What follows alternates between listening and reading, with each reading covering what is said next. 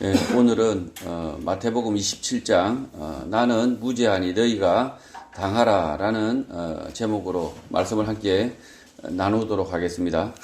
예수님은 대제사장 가야바로부터 사형 선고를 받습니다.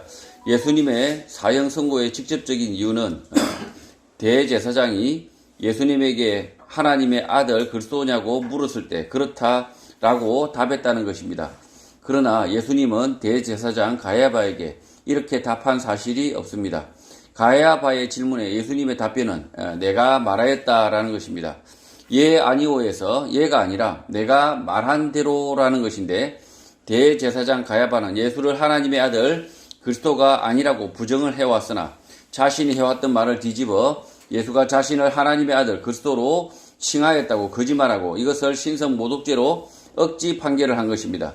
이 억지 판결의 정의들 또한 하나님의 성전을 헐고 사흘 만에 짓겠다는 말을 들었다는 것인데, 이 말 또한 돌로 지은 건물, 성전이 아니라 하나님이 계신 곳이 성전이라는 것과 성전 대신 예수님께서 죽으시고 사흘 만에 부활하시는 자신의 몸에 대해서 말씀하신 것을 뒤집어 악용한 것입니다.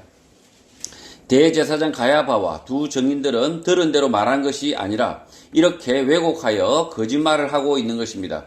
이들이 거짓말을 하게 되는 이유는 자신들이 가지고 있는 선입견과 편견, 무지와 함께 자신들의 현재 상태, 돈과 권력, 신분, 지위, 사람들의 평판에 대한 욕망, 욕심이 앞섰기 때문입니다. 성경의 말씀, 예수님의 말씀을 읽거나 들을 때 자신의 편견과 욕망을 내려놓지 못하면 그 말씀은 반드시 왜곡되고 깨달음이 없는 것입니다. 성경의 말씀이지만 그 말씀이 생명의 말씀이 되지 못하고 거짓말이 되는 것입니다. 1절 새벽에 모든 대제사장과 백성의 장로들이 예수를 죽이려고 함께 의논했다고 합니다. 이미 신성모독죄로 사형 판결을 했으나 이 재판은 유대인의 재판, 종교재판으로 집행할 권한이 없었기 때문입니다.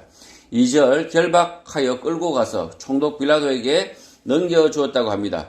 대제사장 가야바는 사형을 집행할 권한이 없기 때문에 로마 총독 빌라도에게 사형 집행을 요청하려고 하는 것입니다. 3절 그때 예수를 판 유다가 그의 정죄됨을 보고 스스로 뉘우쳐 그 은 30을 대제사장들과 장로들에게 도로 갖다 주었다고 합니다. 은 30은 오늘 화폐 가치로 대략 1,000만 원 남짓 되는데 당시 노예 한 사람의 몸값인 것입니다. 유다는 착수금, 계약금 정도로 이 돈을 받았으나 후회하고 있는 것입니다. 유다의 지금 후회하는 모습을 보면 유다가 예수를 배신할 당시 여러 가지의 경우의 수로 생각했을 수 있습니다. 유다는 자신이 예수를 파는 결정을 했을 때 천군 천사가 내려와 예수를 호위하는 기적을 기대했을 수도 있고, 반대로 예수가 무력하게 잡혀가 옥에 갇히게 되면 자신이 오랫동안 따랐던 예수를 포기할 명분을 찾아 홀가분하게 예수와 그 제자들을 떠나 고향으로 돌아갈 수 있겠다라고 생각했을 수 있습니다. 그러나 예수님은 붙잡도록 순순히 자신의 손목을 내어주셨고, 대제사장과 장로들은 예수를 즉시 죽이기로 결정을 한 것입니다. 유다는 상황이 이렇게 되자 예수를 배신한 자신의 말과 행동에 책임을 지지 않고 숨으려고 하는 것입니다. 회개하고 제 잘못을 바로 잡으려고 하는 것이 아니라, 책임지려고 하는 것이 아니라 예수를 대제사장과 장로들에게 넘기기로 한 사실을 숨기고 듣고 은폐를 시도하고 있는 것입니다. 지금 이 은 30을 이 제사장과 장로들이 도로 받아줬다면 이 가룟 유다는 제자들 틈 속에서 이 사실을 평생 비밀로 간직하고 예수 제자로 속이면서 살 수 있겠다라고 생각하고 있다는 거죠. 그래서 지금 이 가룟 유다의 이 배신은 성경에 이 가룟 유다가 너무나 거짓말을 철저하게 잘했다면, 깜쪽같이 속였다면, 그리고 대제사장과 장로들이 그것을 협조를 해줬다면 성경의 기록이 안 될 수도 있지 않겠나. 지금 이 자신의 범행을 은폐하는 뭔가 시도를 하고 있다는 거죠. 증거 은폐. 4절 이르되 내가 무죄한 피를 팔고 죄를 범하였도다 하니 그들이 이르되 그것이 우리에게 무슨 상관이냐 내가 당하라고 말합니다. 유다는 무죄한 예수, 무죄한 피를 배신하는 죄를 범했다고 말합니다. 그러자 그것이 우리와 무슨 상관이 있느냐라고 대제사장과 장로들이 말하는 것입니다. 네가 벌인 일이고 네가 한 일의 결과를 보고 있다고 말하는 것입니다. 대제사장과 장로들은 애시당초 우리가 예수를 죽이려고 했던 것이 아니라 내부자인 유다 네가 예수를 유다인의 재판, 종교재판에 고발하였기 때문에 체포하였고 다른 증인들의 증언과 예수의 법정 증언을 토대로 사형이 결정된 것으로 거짓말하는 것입니다. 대제사장과 장로들은 자신들이 예수를 고발하고 체포하여 없는 죄를 뒤집어 씌워 예수를 죽였다고 알려지면 예수를 따르던 무리들이 많아서 밀란, 폭동이 일어날까 두려워했던 것입니다. 그래서 지금까지 있었던 일의 이유는 내부 고발자 유다 때문이라는 것입니다. 대제사장과 장로들은 예수의 십자가 죽음 이후 예수 제자의 내부 고발로 예수의 신성 모독죄가 드러났고 결국 사형 집행되었다라고 대대적으로 선전을 했을 듯하고 그렇게 알아들은 예루살렘 사람들과 예수를 따랐던 무리들은 예수의 죽음 이후에도 침묵하고 잠잠할 수밖에 없었던 것 같습니다. 지금 이 예수님은 대제사장과 장로들의 모함과 그리고 이 핍박으로 죽은 게 아니라 실제는 유다 이 내부 예수 제자들이 고발을 해서 그러니까 유다가 고발해서 유다가 자세히 보니까 예수님 보니까 가짜라는 거죠. 가짜. 그래서 신성 모독으로 고발해서 예수가 처형당했다라고 이 이스라엘 사람들에게 아주 대대적으로 선전한 거죠. 유다가 내부 고발자가 있었다라고. 그렇게 하면 이 예수를 따랐던 무리들은 어떻게 됩니까? 내부 고발자. 가장 가까이서 지켜본 유다가 예수를 죽일 놈이라고 내부 고발했다라고 알려져 있으니 이 예수를 따랐던 많은 무리들은 입을 닫을 수밖에 없는 침묵을 강요당하는 그런 상황이었다는 거죠. 5절 유다가 은을 성소에 던져 넣고 물러가서 스스로 목매어 죽었다고 합니다. 유다는 자신의 말과 행동을 다른 사람들에게 숨길 수 없다, 은폐할 수 없다는 사실에 절망을 한 것 같습니다. 대제사장과 장로들이 협조를 하면 자신의 배신 행위가 덮여질 수 있는데 대제사장과 장로들은 협조할 마음이 전혀 없고 오히려 대대적으로 선전하려고 했기 때문에 스스로 죽음을 선택하여 자신의 죄의 결과를 덮으려고 하는 것입니다. 이 죽음, 자살로는 죄의 결과가 덮여지지 않습니다. 유다는 자신의 잘못을 돌이킬 수 있다, 회개하고 구원 얻을 수 있다는 사실을 알지 못하고 있습니다. 유다는 마지막까지 예수 그리스도께서 자신의 죄를 위하여 죽으시고 부활하신다는 예수님의 말씀을 기억하지 못하고 있는 것입니다. 이미 말씀은 들었으나 기억하지 못하고 회개의 기회를 잡지 못하고 영원한 지옥으로 들어간 것입니다. 가룟 유다가 자신의 죄를 깨닫고 바른 회개의 길을 갔다면 어떻게 되었을까요? 어떻게 되었을 것 같습니까?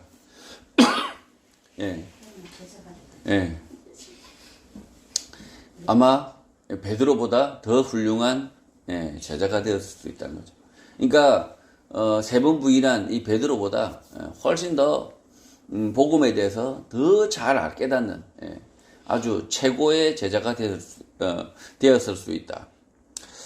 아마 가장 열성적으로 복음을 전하다 순교하는 예수의 제자가 되어 교회사에 두고두고 남을 사람이 되었을 수 있습니다. 그러나 유다는 그렇게 하지 않았습니다.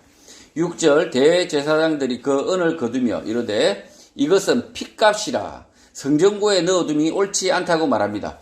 대제사장들도 이 죽음이 불의하다는 사실을 명확하게 알고 있는 것입니다. 자신들의 기득권, 욕망, 욕심을 위하여 죄 없는 예수를 죽였다는 사실을 명확하게 인식하고 있는 것입니다. 이 대제사장은 지금 이 성전에서 성전세를 걷고 있고, 그리고 성전에서 환전도 하고 있고, 그 다음에 양과 비둘기도 이렇게 팔고 있고, 이렇게 해서 성전에서 많은 수익을 얻고 있는 이 상황에서 예수는 걸림돌이었던 거죠. 자신들의 그 기득권, 자신들의 그 돈, 수익, 여기에 걸림돌이었기 때문에 이 예수가 죽는 것이 불의하다는 사실을 자신들도 잘 알고 있지만, 명확하게 인식하고 있지만, 심지어 이 핏값, 이 은 30을 성전에 두려고 하지 않습니다. 이 성전 헌금통에 들어온 이 은 30을 가룟 유다가 놓고 간 이것을 이 성전구에 넣어두면 옳지 않다. 스스로 이렇게 생각하는 거죠. 이것이 불의한 돈이라는 걸 알고 있는 거죠.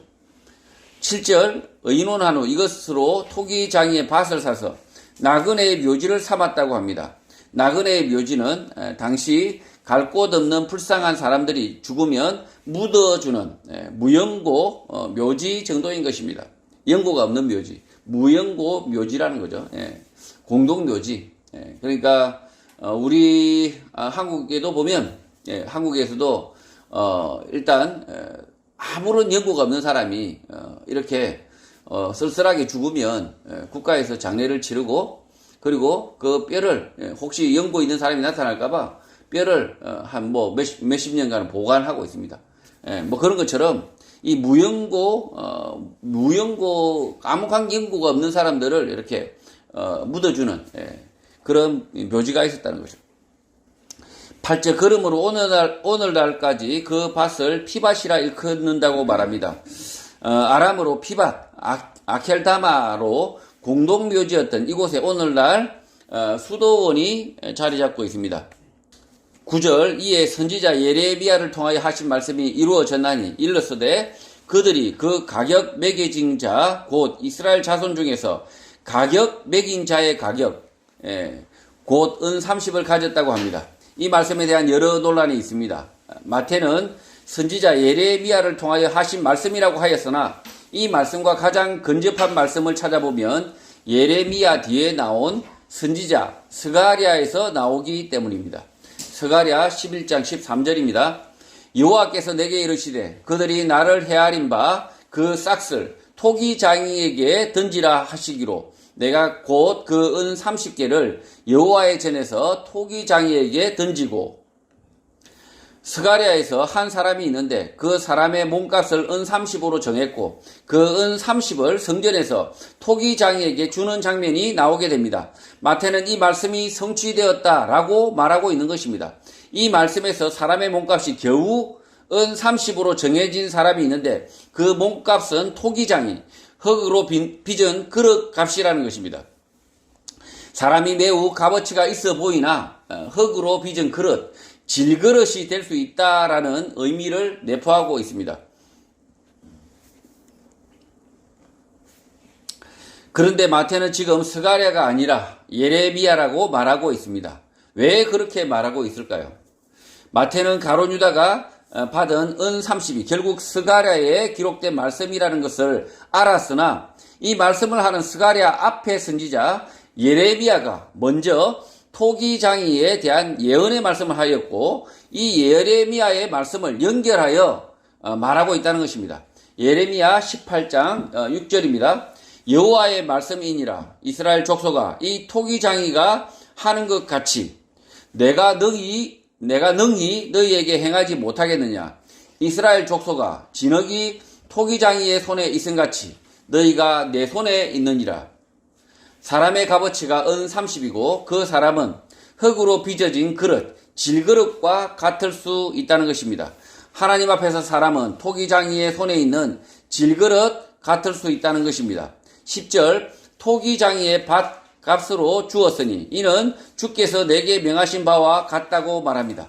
가룟 유다는 예수님을 은 30에 팔았고 그 돈을 성전에 두고 왔지만 결국 그 돈이 질그릇을 만드는 토기장이에게 주어져 예언이 성취되었다는 것입니다.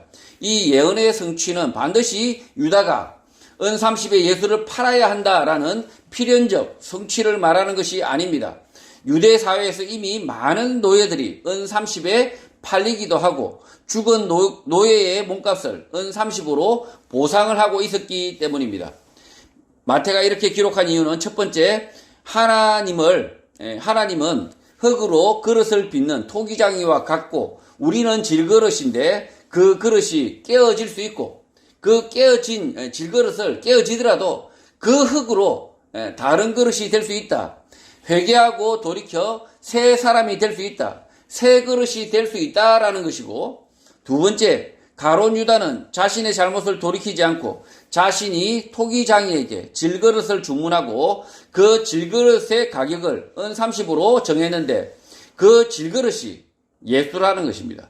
가룟 유다는 결과적으로 예수를 하나님의 아들이 아니라 토기장이가 만든 질그릇의 하나로 예수를 낮춘 것입니다.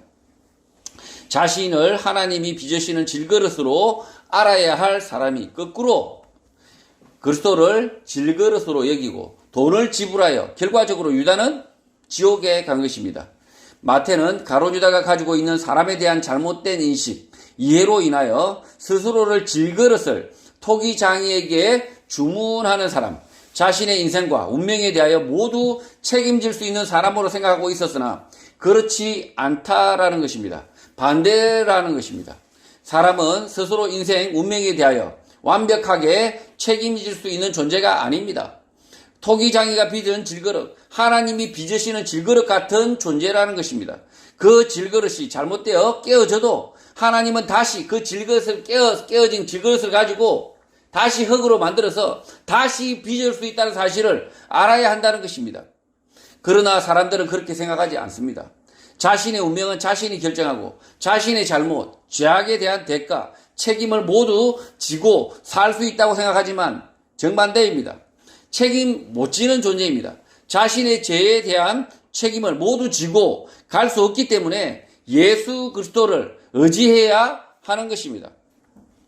무책임하게 살라는 것이 아닙니다. 사람은 자신의 죄에 대하여 책임을 지려고 노력을 하겠지만 그 죄의 책임을 모두 떠안을 수 있을 만큼 강인하고 능력이 있는 존재가 아니라 유한한 존재이고 쉽게 깨어질 수 있는 질그릇이라 예수 그리스도만을 의지해야 한다는 것입니다.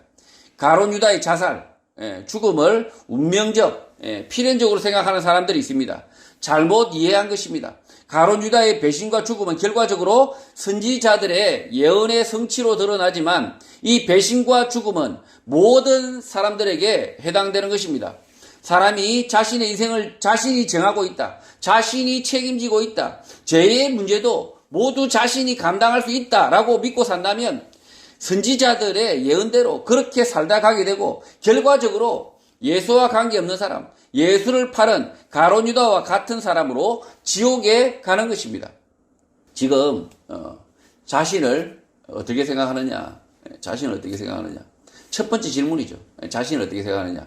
내가 나의 인생의 모든 책임을 질 수 있다. 나의 인생의 모든 죄의 짐을 지고 갈 수 있다라고 생각하면 가룟 유다의 길이라는 거죠. 가룟 유다의 길이다. 가룟 유다의 길이다.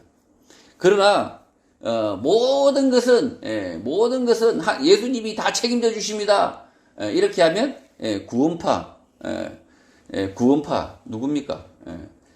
유병헌의 길이죠. 유병헌의 길. 예수님께서 나의 짐을 다 지고 가셨습니다. 나의 죄 짐은 다 지고 가셨습니다. 저는 할 일이 없습니다. 살인을 해도 괜찮습니다. 그렇게 하면 구원파의 길로 가는 거고.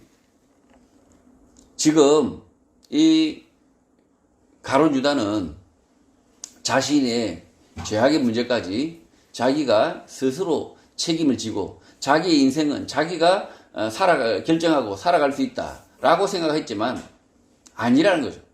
예수님은 이미 그 제자들과 함께 있을 때 세상의 모든 죄악의 문제를 지고 가시기 위해서 하나님의 아들 예수 그리스도께서 이 땅에 오셨다. 내가 곧 죽고 부활하여 성천한다라는 사실을 가룟 유다에게도 말씀하셨습니다. 그랬으면 이 가룟 유다가 나의 죄악의 문제, 나의 배신의 문제도 예수 그리스도께서 부활하셔서 해결하실 수 있겠구나라고 생각했어야 되는데 그렇지 못했다는 거죠. 그렇게 생각하지 않았다는 거죠. 그리고 이 가룟 유다는 예수에 대해서 잘못 생각합니다. 이 가룟 유다는 예수를 어떻게 생각합니까? 흙으로 빚은 질그릇의 값, 그러니까 은 30. 그러니까 뭐 질그릇인데 뭐 귀한 아주 뭐 그릇이겠죠. 그러나 흙이죠.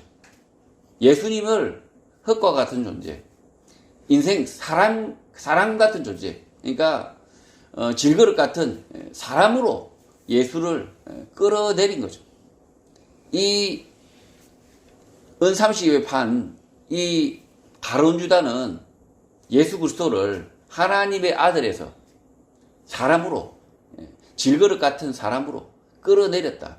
그래서 이 은 30이 성전에 두고 가는 이 은 30이 하필이면 토기쟁이, 그릇을 빚는 그 토기장이에게 주어졌다는 거죠. 아니 토기장이가 돈을 받는 이유가 뭐겠어요? 그래서 결국은 이 토기장이가 하는 일이 그릇을 빚는 일인데, 그 이 성경에 예레미야 선지자가 하나님께서 우리를 빚으신다. 우리는 질그릇 같은 존재다. 흙으로 만든 그릇이다. 뭐 우리가 대단해 보이지만 흙으로 만든 그릇이다. 라는 사실을 예레미야 선지자가 말을 하고 있습니다. 심지어 예레미야 이 선지자가 뭐라고 이야기하냐면 이 흙그릇, 아주 그냥 귀해 보이는 이 흙으로 만든 그릇이 와장창 깨어집니다. 와장창 깨어지나, 그러나 이 토기장이는 어떻게 합니까? 이 깨어진 그릇을 다시 깨어서, 잘게 깨어서 다시 쓰일 수 있는 그릇으로 빚으신다 라고도 말하고 있습니다. 그러니까 우리 인생이 와장창 망했다 하더라도 이 하나님은 이 인생, 망한 인생도 다시 빚어서 새 인생 살 수 있게 하신다. 그렇게 하실 수 있다 라고 예레미야를 통해서 말씀하고 있다는 거죠. 그래서 지금 이 가룟 유다가 예수를 팔고 은 30을 팔고 다시 그 은 30이 이 토기장이에게 돈으로 30을 주고, 그리고 그것을 이 마태가 이것을 본 마태가 예레미야, 스가랴 이 말씀을 모두 이어서 말씀을 하고 있다는 거죠. 11절 예수께서 총독 앞에 섰음에 총독이 물어 이르되 내가 유대인의 왕이냐? 예수께서 대답하시되 내 말이 옳다고 말씀합니다. 개역 개정 성경과 NIV 영어 성경에서 yes, 예 아니오에서 예로 답한 것으로 표현하고 있지만 너무 쉽게 번역하려다 보니 성급하게 예수님을 하나님의 아들로 말하려고 하니 잘못된 번역으로 번역한 것으로 보입니다. 마태복음 27장 NIV 성경을 보면 yes it is as you say, 이렇게 yes라고 지금 이렇게 NIV 성경을 말하고 있습니다. 킴 제임스 영어 성경에서는 예수님의 이 대답도 가룟 유다와 대제사장 가야바에게 했던 방식과 같습니다. Thou sayest, 당신이 말했던 대로라는 것입니다. 킴 제임스 영어 성경을 보면 이렇게 생겼다. Thou sayest, 당신이 말한 대로입니다 라고 말하고 있다는 거죠. 예수님은 모두 같은 대답, 당신이 말했던 대로입니다 라고 답을 하시는데, 차이점은 가룟 유다는 배신하는 자가 나는 아니지요 라고 물었었고, 그때도 예수님은 네가 말했던 대로다 라고 이야기하고 있고, 가야바는 내가 하나님의 아들 그리스도냐 라고 물었을 때도 마찬가지로 네가 말하였던 대로다 라고 얘기하고 있고, 빌라도가 내가 유대인의 왕이냐 라고 물었을 때도 같은 방식으로 대답을 한 겁니다.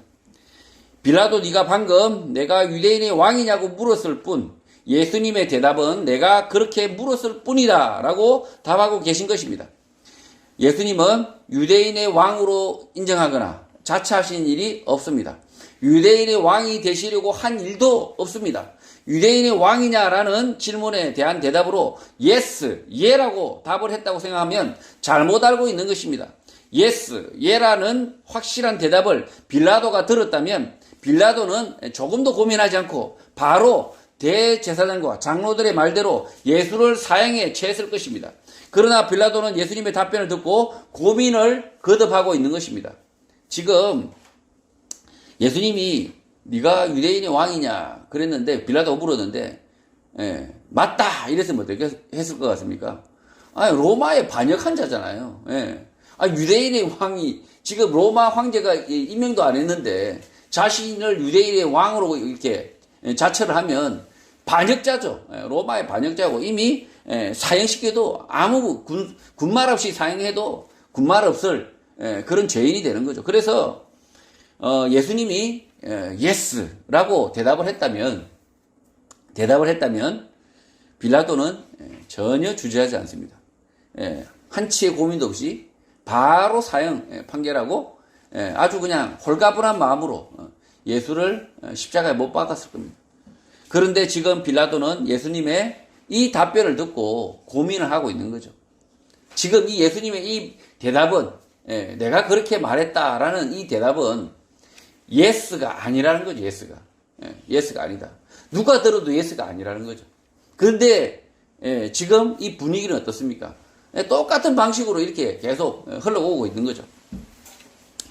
예수님은 대답하지 않으셨으나 그들은 뭐라고 듣기 원합니까? 유대인은 왕이다 라고 듣기를 원한다는 거죠. 악하다는 거죠. 악한 사람들이 마음의 욕심을 가득 이렇게 가지고 자신의 성공과 자신의 출세와 자신의 마음의 평안과 자신의 안락을 원하는 욕심 가득한 마음으로 성경을 읽으면 어떻게 됩니까? 그런 마음으로 성경을 읽으면 뭡니까? 노도 예수로 들리는 거죠. 그냥 엉터리로 들리기 시작하는 거죠. 말씀이 그냥 왜곡이 되는 겁니다. 지금 예수님이 지금 이렇게 말씀하고 있는데 내가 말하였다라고 이렇게 말씀하고 있는데 이게 예스가 아니거든요. 예스가 아닌데 이 모든 사람들은 다 어떻게 합니까? 이 자신의 탐욕 때문에 전부 예수로 듣기를 원하는 거죠. 이단 사이비들이 이렇게 하는 거죠. 그리고 많은 교회가 지금도 성경 말씀을 읽으면서 이 자신의 욕망으로 성경 말씀을 읽으니 목사님도 장로님도 권사님도 전부 성경을 자기의 욕망으로 읽으니 노를 예스로 엉터리로 읽는 거죠. 자기의 이 욕망에 부합하는 대로 탁 읽어버리는 거죠. 그러면 어떻게 되겠습니까? 지금 이 빌라도에게 예수를 죽여달라고 하는 이 군중들과 똑같아지는 거죠. 이 성경 말씀을 읽었는데 분명히 성경 말씀을 듣고 성경 말씀을 읽었는데 이 빌라도 앞에 있는 군중들처럼 지옥 특급 열차를 타고 천국 가지요가 아니라 지옥 가지요가 되는 거죠. 그래서 성경의 말씀을 읽을 때 자신의 욕망, 자신의 선입견을 내려놓아야 됩니다. 무엇보다 중요합니다. 말씀을 읽는 게 중요한 게 아니라 이 말씀을 들을 때 편견, 선입견을 가지지 않고 예수 그리스도께서 분부하신 대로 하나님께서 말씀하신 대로 듣겠다라는 마음을 고쳐잡지 않는다면 가룟 유다의 길을 간다는 거죠. 분명히 가룟 유다도 예수님으로부터 직접 들었습니다. 직접 예수님으로부터 말씀을 듣는 예수님의 제자입니다. 그러나 그 예수님의 그 말씀이 죽으시고 사흘 만에 부활하신다 이 말씀이 가룟 유다에게는 뭐로 들리겠습니까? 엉뚱하게 들린다는 거죠. 자신의 그 죄악의 문제마저 예수님께서 책임져 주신다라고 들린 것이 아니라 구원의 말씀으로 들린 게 아니라 전혀 이 예수님의 사역이 실패다. 예수님의 이 메시아 사역이 완전히 쫑났다라고 생각하는 거짓말로 들린다는 거죠. 이 예수님 앞에서 직접 들은 이 가룟 유다도 자신의 욕망 때문에 이렇게 말씀이 왜곡되었는데, 한국 교회 예수도 아니고 목사들의 설교를 듣는 여러분들은 오죽하겠습니까? 예수님이 직접 설교하셨는데도 잘못 듣는데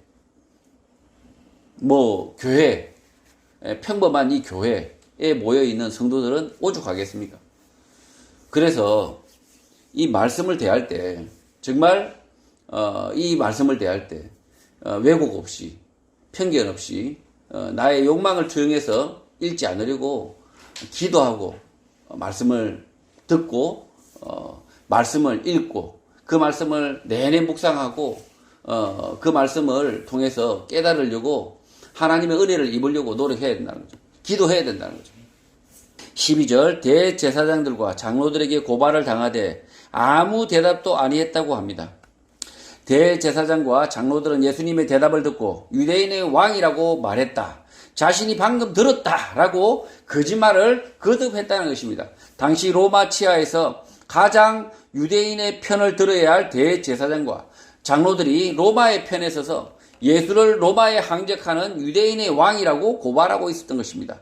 이 고발 당함에도 예수님은 아무런 답변을 하지 않습니다.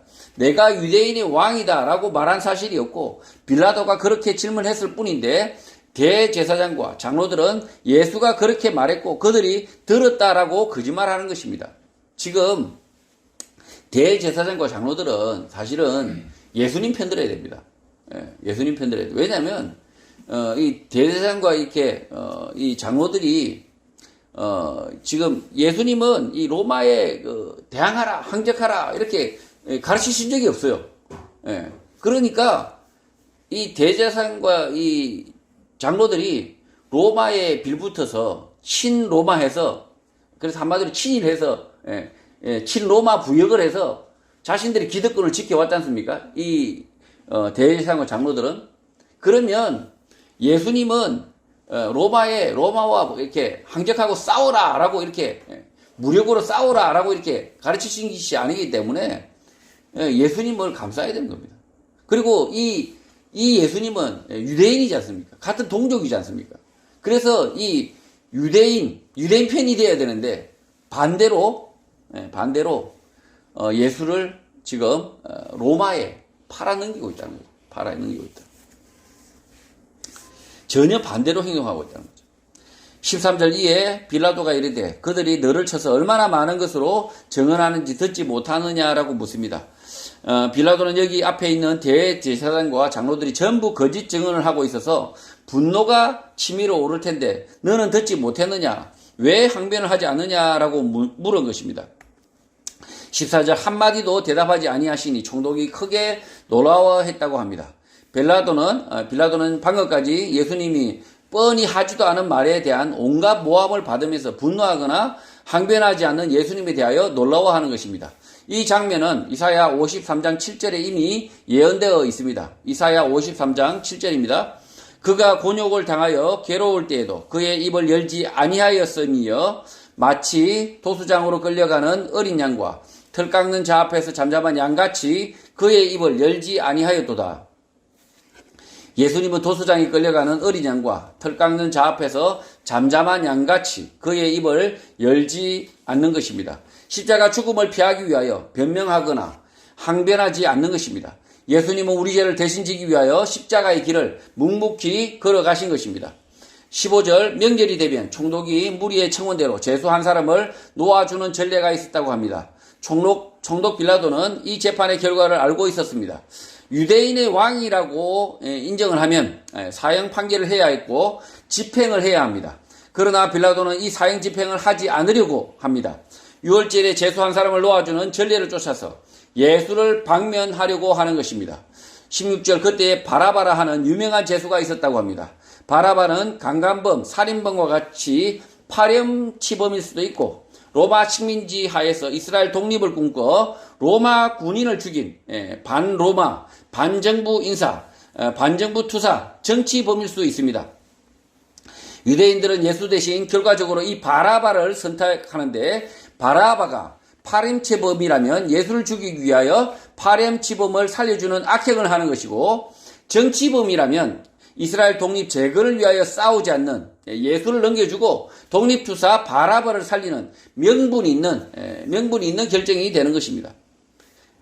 마가복음 15장 7절을 보면 바라바는 밀란을 꾸미고 밀란 중에 살인하고 체포된 사람이라고 말합니다. 마가복음 15장 7절입니다.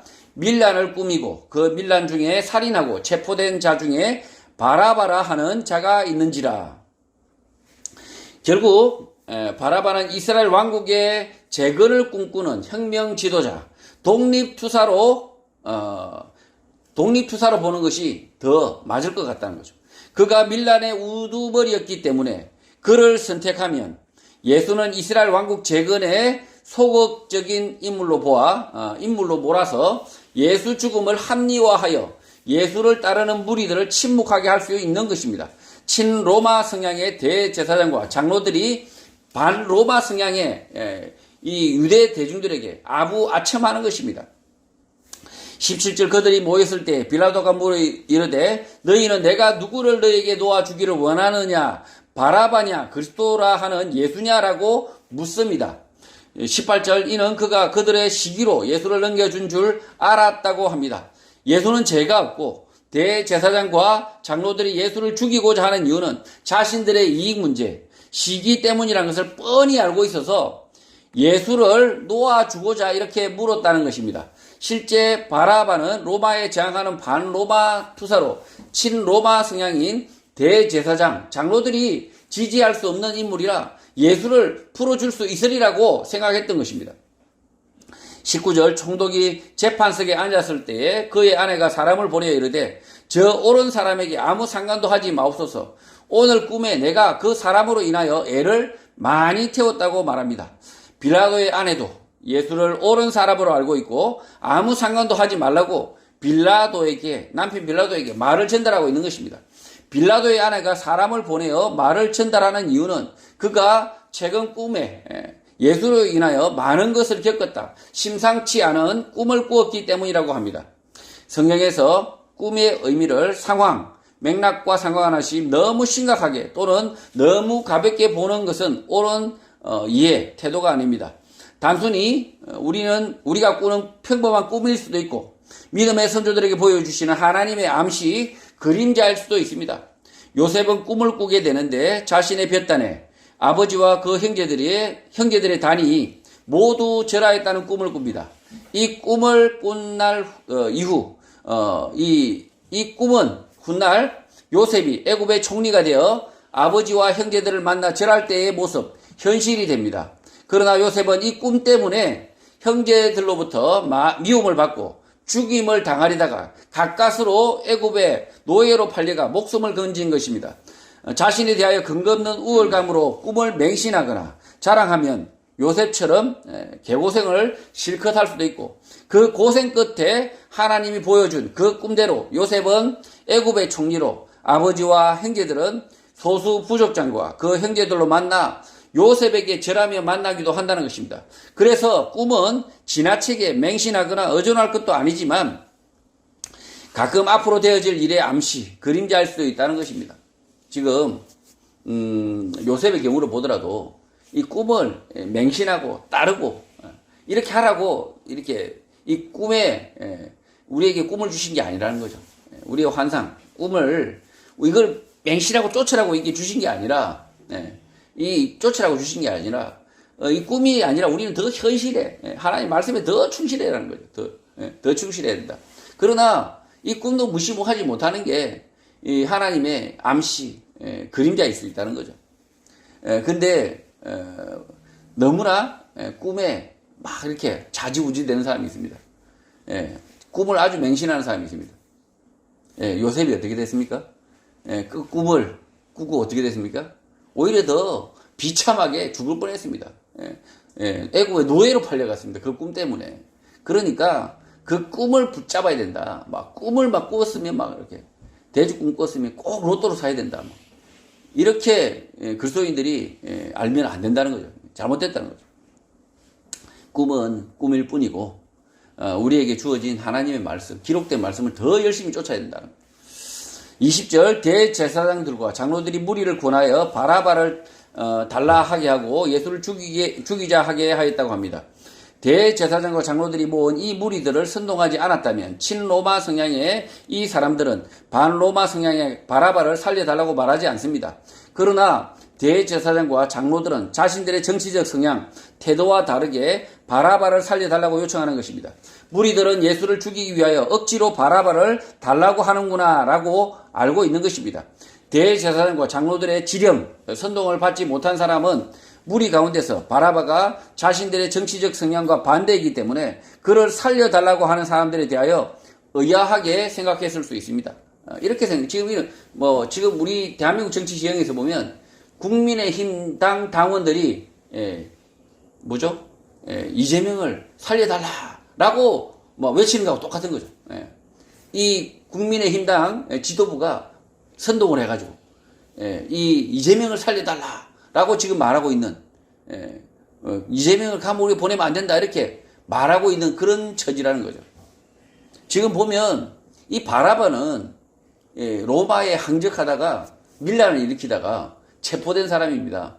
그러면 이 지금 대제사장과 장로들의 무리와는 완전히 상극이에요.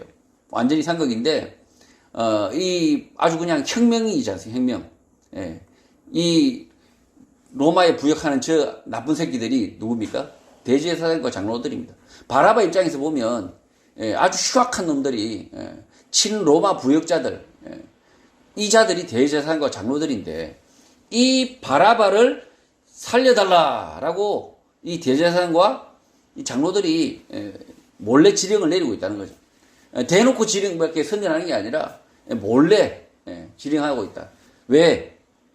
이 바라바, 자신들이 미워하는 이 바라바를 왜 살려달라고 하겠습니까?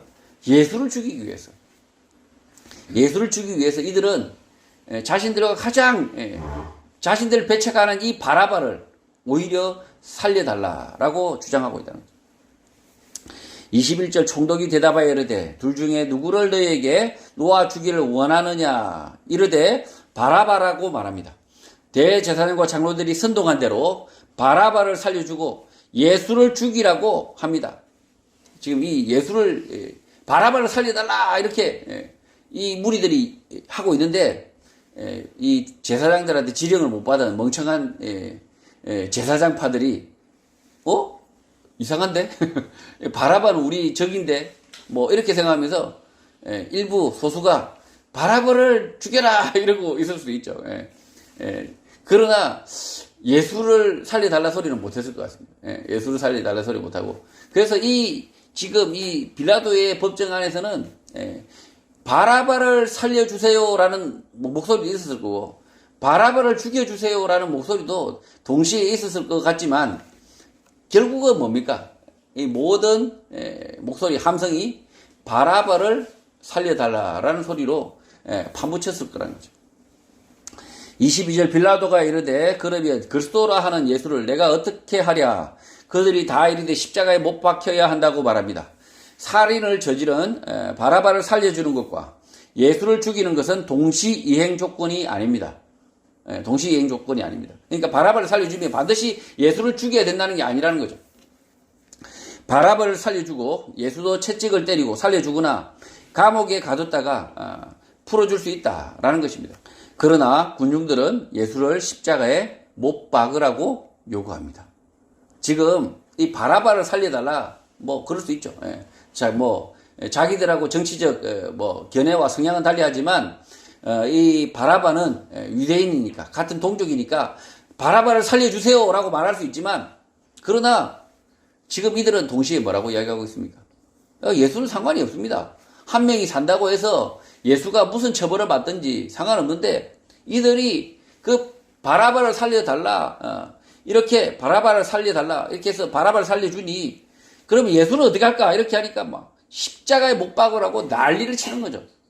십자가에 못 박으라. 얼마든지 채찍만 때리고 내보낼 수 있는 겁니다. 뭐 기소유예, 우리 법정에서 대한민국 법정에서 잘하지 않습니까? 선고유예, 기소유예, 우리 뭐 재벌들한테 아주 후하게, 그다음에 정치인들에게 후하게 판결하지 않습니까? 징역 3년에 뭐 집행유예 뭐 몇 년 땅땅, 그리고 깜빵 안 가, 이렇게 되죠. 그분들은 뭐 징역 받으나 마나 아무런 영향이 없습니다. 뭐 취업할 것도 아니고, 재벌 회장님들이 뭐 그러니 뭐 전과가 있는들 아무 상관없는 거죠. 아주 그냥 관대합니다. 관대. 한 6개월도 살리지 않죠. 6개월도 그냥 집행유예. 예수님도 얼마든지 죄를 지으신 분이 아니기 때문에 얼마든지 뭐 하다못해 그냥 굳이 예수를 처벌하라고 하면 빌라도가 징역 1년 땅 하고 끝 하고 자기가 물러설 수 있었는데, 이 군중들이 예수를 풀어줄까봐 십자가에 못 박으라고 악을 쓰는 거죠. 악을. 십자가에 못 박으소서, 십자가에 못 박으소서, 이렇게 악을 쓴다는 거죠. 23절 빌라도가 이르되 어찌미냐, 무슨 악한 일을 하였느냐. 그들이 더욱 소리질러 이르되 십자가에 못 박혀야 한다고 말합니다. 빌라도의 입장에서 바라바는 밀란을 일으킨 두목이라 사형에 처해줘도 마땅하지만, 예수님은 죄가 된다 하더라도 사형까지는 아닌 것입니다. 그러니 빌라도가 무슨 악한 일을 하였다고 십자가에 못 박아야 한다고 말하느냐라고 반문하는 것입니다. 이 로마는 다른 이렇게 민족 종교에 대해서 굉장히 관대했습니다. 관대했기 때문에 지금 예수가 하나님의 아들이다, 메시아다, 이렇게 뭐 찬칭을 한들, 뭐 성전을 뭐 3일 만에 짓는다 한들, 이 빌라도의 입장에서는 죽일 일이 아니었던 거죠. 죽일 일이 아니다. 로마 법에 이 예수는 반드시 죽여야 될 일이 아니라는 거죠. 그러니 무슨 일을 하였다고 십자가에 못 박아야 하냐라고 이렇게 반문을 하는 거죠. 죽일 이유가 없다는 거죠. 24절 빌라도가 아무 성과도 없이 도리어 밀란이 나려는 것을 보고 물을 가져다가 무리 앞에서 손을 씻으며 이르되 이 사람의 피해에 대하여 나는 무죄하니 너희가 당하라고 말합니다. 대제사장과 장로들은 예수를 십자가에 못 박지 않는다면 밀란을 일으키겠다고 협박을 하는 것입니다. 밀란의 이유는 유대인의 왕으로 자처하는 예수를 로마 총독이 사형에 처하지 않고 부당하게 놓아주려고 한다는 것입니다. 이 소식을 로마 황제가 듣는다면 빌라도 총독은 매우 곤란한 것입니다. 지금 이 대제사장과 장로들의 밀란, 이 폭동이 두려운 이유는 뭐냐면, 예수를 이렇게 밀란을 일으킬 거 아닙니까? 이 유대인의 왕을 자처하는 예수를 로마 총독이 풀어줬다, 아니면 로마 총독이 기껏해야 징역형을 살렸다, 이러면서 막 난리를 치면 어떻게 됩니까? 폭동을 일으켜 난리치면 로마 황제, 이 로마의 귀에 들리겠죠. 이 로마 집권층의 귀에 쏙 들어갈 거고, 그러면 어떻게 됩니까? 빌라도 총독에 대한 신임이 없어지는 거죠. 그래서 빌라도를 파면할 수 있다는 거죠. 그러다 보니 빌라도 총독이 매우 곤란해진 것입니다. 풀어주고자 하나 이 자들이 아예 그냥 대놓고 협박을 하는 겁니다. 그래서 빌라도는 무리 앞에서 손을 씻으며 이 사람의 피해에 대하여 나는 무죄하니 너희가 당하라고 말하는 것입니다. 죄 없는 사람을 죽이는 것에 대하여 책임을 군중에게 떠넘기고 있는 것입니다. 빌라도의 이 말과 행동은 아무런 효력이 없고 결과적으로 예수를 죽인 악인은 빌라도가 되어 오늘 모든 개신교 예배 가운데 신앙 고백서로 매번 낭독되는 것입니다. 군중 대중에게 책임을 돌리는 말과 행동은 효력도 없고 무책임합니다.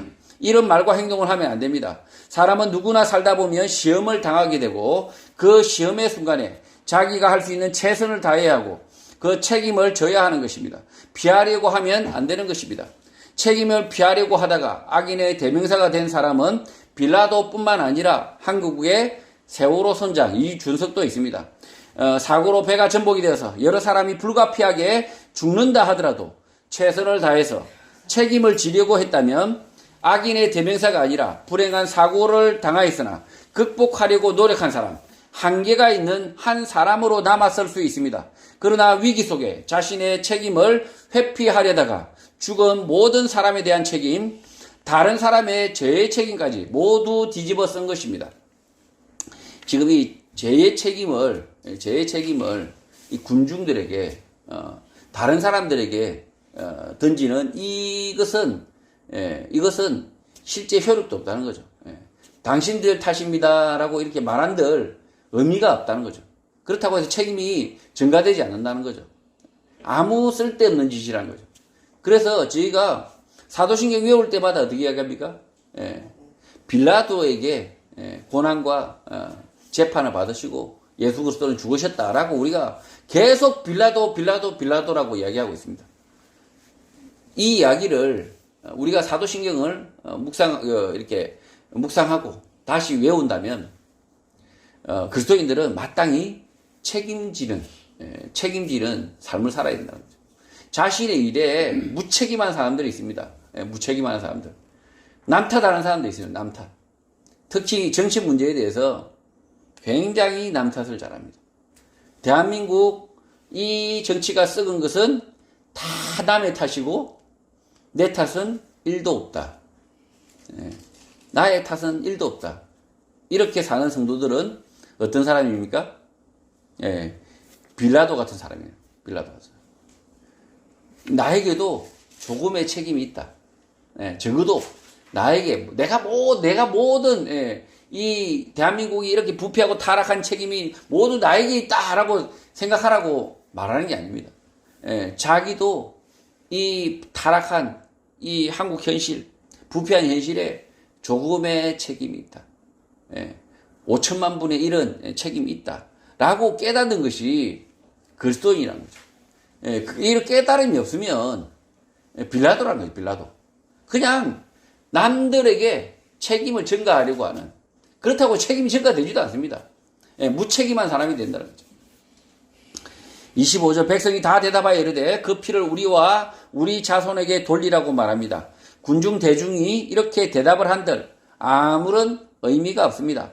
자신들이 책임을 지겠다. 그 피를 우리와 우리 자손에게 돌리라고 한들 돌려지지도 않습니다. 이스라엘이 주변국으로부터 공격을 당하거나 나라 없이 수천 년을 떠돈 것을 두고 예수님의 피의 대가라고 가르치는 분들이 있습니다. 그렇지 않습니다. 예수님의 피의 대가를 치를 수 있는 사람은 없습니다. 인간은 유한하여 예수님의 피의 대가를 치를 수 있는 사람은 없는 것입니다. 진짜 예수님의 피의 대가를 유대인들의 후손들이 치렀다고 한다면 이미 지구상에서 유대인들은 멸절되어야 하는 것입니다. 그러나 유대인들은 멸절 안 되었습니다. 바라바의 피의 대가는 누군가 치를 수 있는 사람은 있을지 모르겠지만 성자 예수님의 피의 대가는 그 누구도 치를 수 없는 것입니다.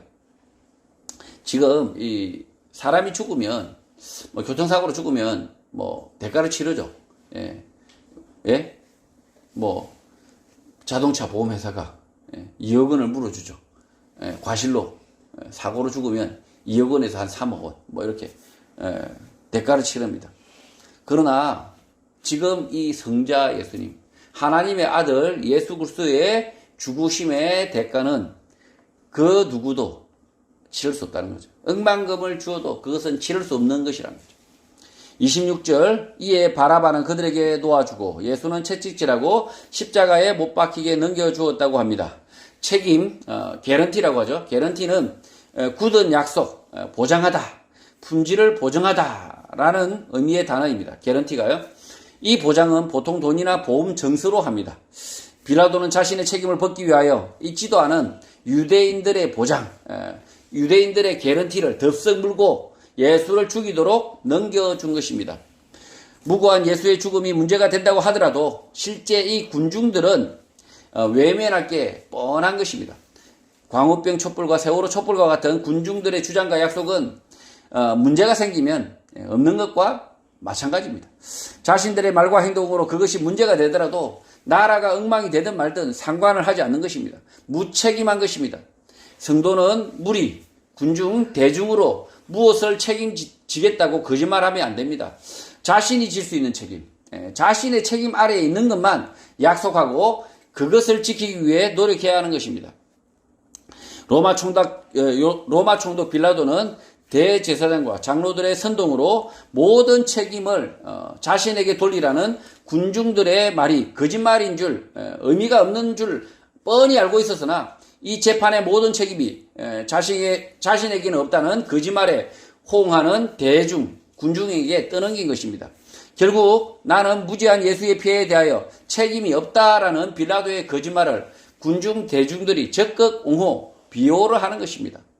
이게 얼마나 파렴치 않냐 이 말.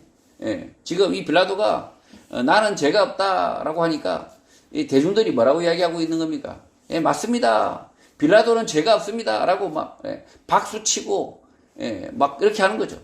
마치 뭔가 이렇게 말하면 이 빌라도가 뭔가 최선을 다해서 책임지려고 했으나 대중들 때문에 대중의 성화에 못 이겨서 빌라도가 이렇게 했다. 우리는 이렇게 말을 잘 변명을 해주죠. 그분은 정치인이기 때문에 그렇게밖에 말할 수밖에 없었다. 막 그렇게 막 정치인들을 비호합니다. 그죠? 그분이 뭐 총리였기 때문에 그렇게밖에 말할 수밖에 없었다. 라고 막 비호를 해줍니다. 그 거짓말을 뭐 그 총리가 거짓말하든 뭘 하든 막 이렇게 떠받들어 줍니다. 비호합니다. 빌라도와 그 군중들이라는 거죠. 빌라도와 그 군중들 같은 사람들, 책임지지 않는 사람들, 무책임한 사람들, 악한 사람들이라는 거죠. 마치 이것이 그렇게 하면 죄의 책임이 다 희석되는 것처럼 생각하겠지만 전혀 그렇지 않다는 거죠. 오히려 더 비열하다는 거죠. 이렇게 무책임하게 서로에게 책임을 전가하고 책임지지 않으려고 하는 이 사람들, 이 빌라도와 이 군중들 얼마나 악합니까? 가장 악하다는 거죠. 이 악의 결정판이라는 거죠. 악의 결정판. 무책임하고 방관하고 모른 척하고 이게 진짜 악의 결정판이다. 차라리 살인을 하라는 거죠. 차라리 살인하는 게 훨씬 더 죄가 덜하다. 자신의 책임을 다 떠넘기고 무책임한 이것이 그러니까 살인을 하고 책임을 지는 그 사람보다 더 악하다는 거죠. 차라리 살인자는 내가 죽였습니다. 저를 죽여주세요 하면서 뭔가 책임을 지려고 하거든요. 자기의 살인죄에 대해서 자각이 있어요. 근데 지금 이 빌라도와 이 군중들은 예수 그리스도의 죽으심에 대한 자신들의 악에 대한 자각이 있습니까? 없습니다. 아주 그냥 자신들은 거룩하고 자신들은 죄가 없고 아주 그냥 자신들은 연약한 존재일 뿐이고 자신들은 어리석은 존재일 뿐이고 그래서 죄가 안 된다고 생각하는 거죠. 살인자보다 더 악하다. 이 평범해 보이는 사람들이 훨씬 더 악하다라는 거죠. 성도 여러분, 오늘 시대에도 많은 사람들은 군중, 대중 속에 숨어서 공의에 대한 책임을 나눠지지 않으려고 합니다. 한국 사회가 부패하든 불의가 넘치든 버젓이 악인이 선인을 잡아먹든 침묵하고 방조하려고 합니다. 이런 무책임한 대중, 군중으로 계속 남아 있으려고 한다면 천국은 남의 것입니다. 너희는 먼저 그의 나라와 그의 의를 구하라는 예수님의 명령, 말씀을 따라 하나님의 나라, 천국의 복음을 먼저 구하고 그 말씀 진리를 쫓아서 공의를 구하는 성도가 되어야 하는 것입니다. 그렇게 못하겠다면 불의한 군중, 대중으로 남아 좁은 길이 아니라 넓은 길, 예수 그리스도와 상관이 없는 길을 가게 되는 것입니다. 우리 모두는 연약합니다. 예수님의 말씀을 쫓아서 자기 삶의 문제를 해결하고 자신과 타인의 죄의 책임, 결과까지 책임지려고 노력하며 살겠지만 우리 스스로 모든 책임을 지고 살 수가 없습니다. 그래서 자기 삶의 십자가를 지고 예수 그리스도를 바라봐야 하는 것입니다. 예수 그리스도를 의지해야 하는 것입니다. 예수 그리스도의 말씀을 쫓아서 사는 사람, 삶 속에서 최선을 다하려고 하지만 좌절하고 실패를 경험하는 사람에게 예수님은 다시 일어나게 하시는 은혜를 부어주실 것입니다. 그 은혜가 있을 줄 알고 말씀만을 의지하고 굳건하게 사는 거룩한 성도가 되시기를 주님의 이름으로 축복합니다.